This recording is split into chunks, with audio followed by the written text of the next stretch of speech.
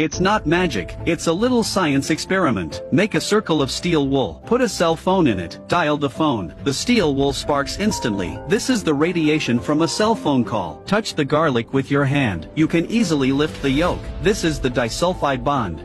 Draw a circle in the pan with the garlic. The eggs will come out round. Sprinkle a little salt on the table. You'll be able to stand the egg. Fold 5 toothpicks in half and lay them together. Put a few drops of water in the center. The toothpicks become 5-pointed stars. That's the tension of water. There's no way you can get a straw through a potato. Seal the tip of the straw with your thumb, and you poke it, and the potato is broken through. That's the power of compressed air. Pouring Sprite into a wilted rose. Roses magically come back to life. Pour sand into a pie pan. Shake it well. Put a small magnetic ball. The ball starts to draw on the sand. Add baking soda and a cup of white vinegar to the cup. Pour the resulting gas into an empty cup. This invisible gas was able to extinguish a burning candle. This is how a fire extinguisher works. You crush a match head into powder. Pour it into a lock that won't open. Stick a match in it. Light it. Wait for the match to reach the hole. The lock magically opens. Simulate a rocket launch. All you need is a match. Break the match and roll it in tin foil. Pull out the matchstick. Put it on the launching pad.